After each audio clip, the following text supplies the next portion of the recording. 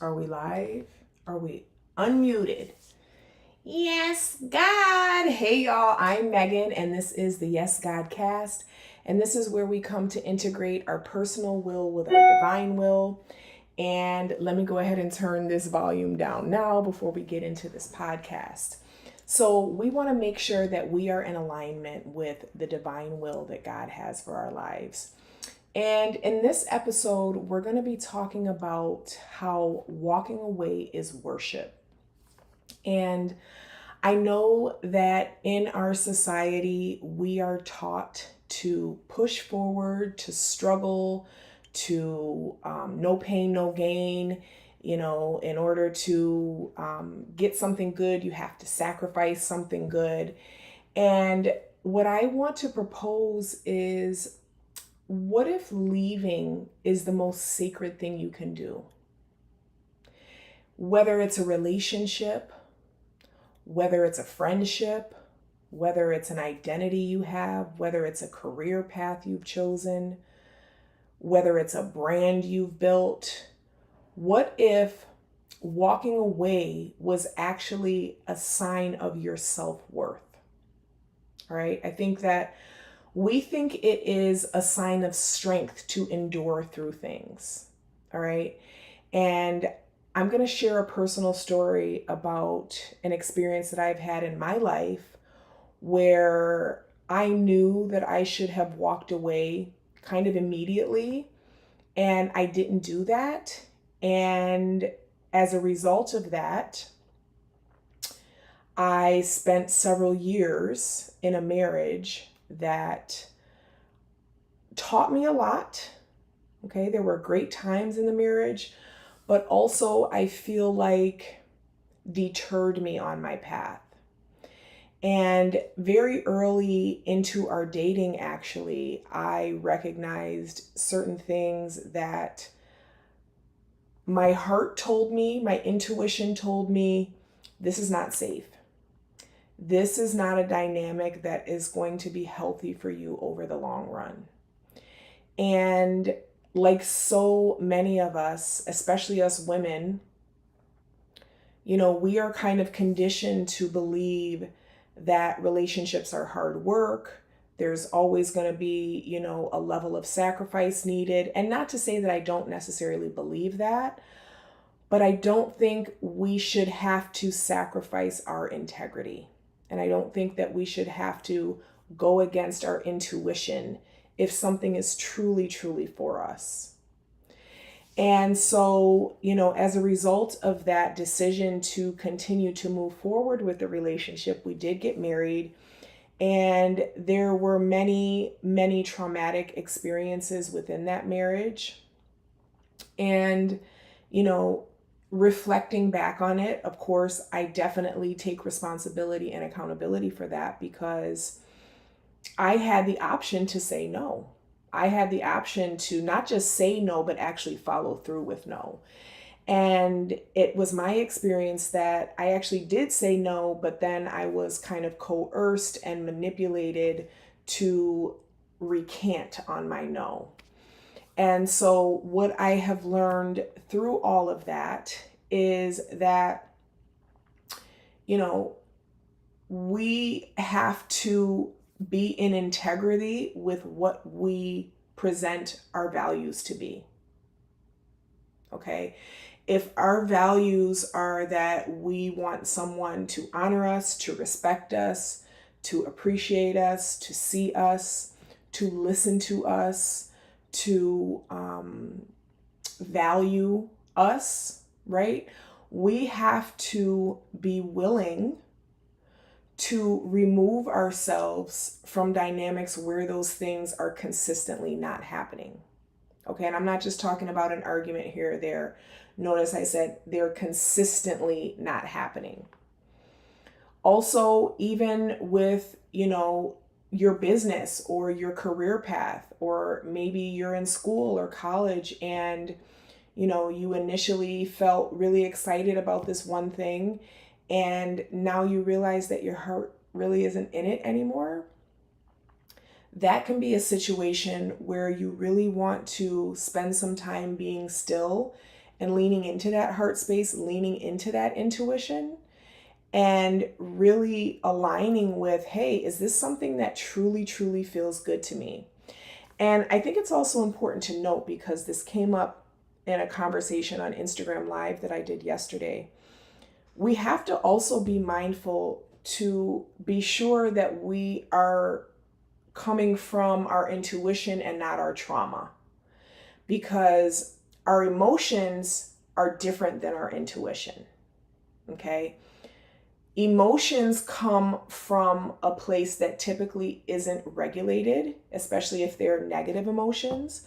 And this is why grounding in, taking deep breaths, meditating is so important, because it allows us to really start from a level set point and then be able to feel the immediate response from our heart and from our body as to, is this a yes or is this a no? Because our body always tells us if it's a yes or a no. The emotions, however, the triggers, the thoughts, can tell us a whole bunch of things based on our previous experiences, based on our traumas, based on our conditioning. And so we want to push past that noise, push past that logic left brain monkey mind that is telling who, what, where, when, and whying us to death. We want to be able to push past that and really feel somatically into our body, into our intuition. Hey, how does this feel to me? Not what do I think about this, but how does this actually feel to me deep down in my heart? And so, leaving certain situations or relationships or decisions that we've made, that can equal a declaration of our self-worth. Okay? And again, a lot of times society spins it to be a sign of weakness. Oh, well, you're just a runner. You just want to leave. You just don't want to work through, everything's going to be hard work. It's not about not being able to work through things, or not even being able to not sacrifice, because I do believe that there is a level of sacrifice required in any interpersonal relationship or any goal that you're pursuing, okay? Whether it's a business goal, whether it's an educational goal, whether it's a financial goal, whether it's an impact goal, there is going to be a level of sacrifice involved in that. However, is that sacrifice requiring you to lose dignity? Okay, that's the determining factor. If I have to lose my dignity behind this sacrifice, I may want to revisit if the cause is something that I'm truly aligned with in my heart, and if it's something that God truly has for my life. Okay. And, we do, again, have a lot of pressure to, stay the course and stay loyal and push through it. But again, dignity, self-worth, and self-respect, I think, need to be called to the forefront and really be considered, because the things that God has for us, I don't believe that those things require us to sacrifice our dignity. I truly don't believe that. I believe actually that the things that God had for us actually tend to be quite effortless and easy. And this is how you can know if your personal will is aligning with your divine will. Because, like I've discussed in previous episodes, we all have, personal goals and things and desires that we want for our life. And I believe that God wants us to have the desires of our heart. Because if they weren't for us, I don't believe they'd be in our heart in the first place. However, we have to be willing to follow that path of integrity and also commit to the things that are on that path. And I'm not saying that's always going to be comfortable or it's going to be easy, but what I am suggesting is that it's not going to be something that requires you to lose yourself. It's not going to be something that requires you to go against and cause internal conflict within you. All right. So being clear energetically, it actually opens up a lot of space for us to have the things that are for us have the ability to come in.